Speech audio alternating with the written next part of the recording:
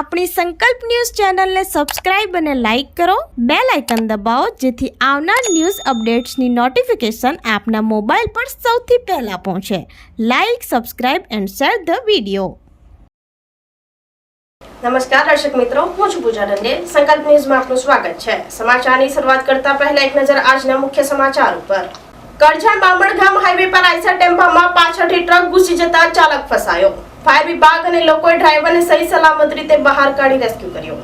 વડોદરા જિલ્લામાંથી પસાર થતા રાષ્ટ્રીય ધોરીમાર્ગ નંબર 48 ઉપર આવેલ કરજણના બામણગામ નજીક આઈસર ટેમ્પો અને ટ્રક વચ્ચે અકસ્માત સર્જાયો હતો. સૂત્રો પાસેથી પ્રાપ્ત માહિતી અનુસાર એક ટ્રક LNG ભરીને દહેજથી જઈ રહી હતી, ત્યારે રાષ્ટ્રીય ધોરીમાર્ગ ઉપર આવેલ બામણગામ પાસે હાઈવે ઉપર આગળ ચાલતી આઈસર ટેમ્પોમાં ટ્રક પાછળથી ઘૂસી જતા ડ્રાઈવર કેબિનમાં ફસાઈ ગયો હતો. ઘટનાની જાણ જાગૃત નાગરિક દ્વારા કરજણ ફાયર વિભાગને કરવામાં આવતા કરજણ ફાયર વિભાગના કર્મીઓએ તાત્કાલિક ઘટના સ્થળ ઉપર જઈ ડ્રાઈવરને સહી સલામત બહાર કાઢી રેસ્ક્યુ કર્યો હતો. કરજણથી રિપોર્ટર અવી સૈયદ, સંકલ્પ ન્યૂઝ.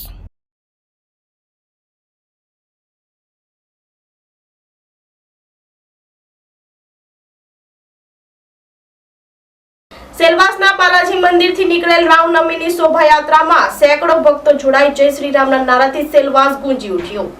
સેલવાસમાં રામનવમી પર્વ નિમિત્તે તિરુપતિ બાલાજી મંદિરથી ભવ્ય શોભાયાત્રા નીકળી હતી. કલાબેન ડેલકર, નથુભાઈ પટેલ, અજય દેસાઈ, સુનિલ પાટીલ સાથે ભગવાન શ્રી રામની પૂજા આરતી કરી શોભાયાત્રાનો પ્રારંભ કરાવ્યો હતો. શોભાયાત્રા શિવાજી રાજે ચોક થઈ તો કરખાડા થઈ કિલાવણી નાકા, પંચમુખી હનુમાન મંદિર, બાબેશા ફળિયા થઈ ડોકમડી પ્રભાસ સ્કૂલ થઈને આમલી થઈને બાલાજી મંદિરે પહોંચી હતી. VHP બજરંગ દળના કાર્યકર્તાઓ સાથે મહિલાઓ, યુવાઓ રામનવમી શોભાયાત્રામાં જોડાઈ ભાગ લીધો હતો. જય શ્રી રામના નારાઓ સાથે શોભાયાત્રા ધામધૂમથી પસાર થઈ હતી. રાત્રે 8 કલાકે શિવાજી રાજે ચોક ખાતે મહાપ્રસાદનું આયોજન કરતા સેંકડો ભક્તોએ મહાપ્રસાદનો લાભ લીધો હતો. જય શ્રી રામના નારા સાથે સેલવાસ ગુંજી ઉઠ્યો હતો.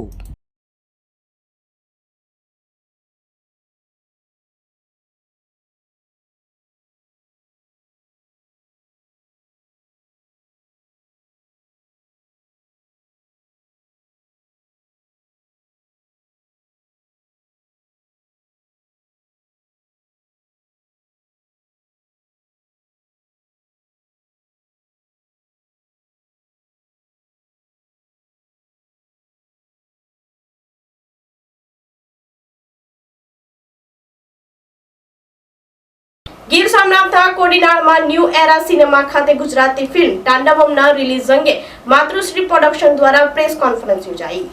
આગામી 19 એપ્રિલે ગુજરાતી ફિલ્મ તાંડવમ રિલીઝ થવા જઈ રહી છે, ત્યારે ગીર સોમનાથના કોડીનાર ખાતે આવેલ ન્યૂ એરા સિનેમા ખાતે માતૃશ્રી પ્રોડક્શન દ્વારા પ્રેસ કોન્ફરન્સ યોજાઈ હતી. ફિલ્મના હીરો પ્રભાસસિંહ રાજપૂતે મીડિયાને સંબોધન કરતા તાંડવમ ફિલ્મના ઉદ્દેશ સંદેશો સમજાવ્યો હતો.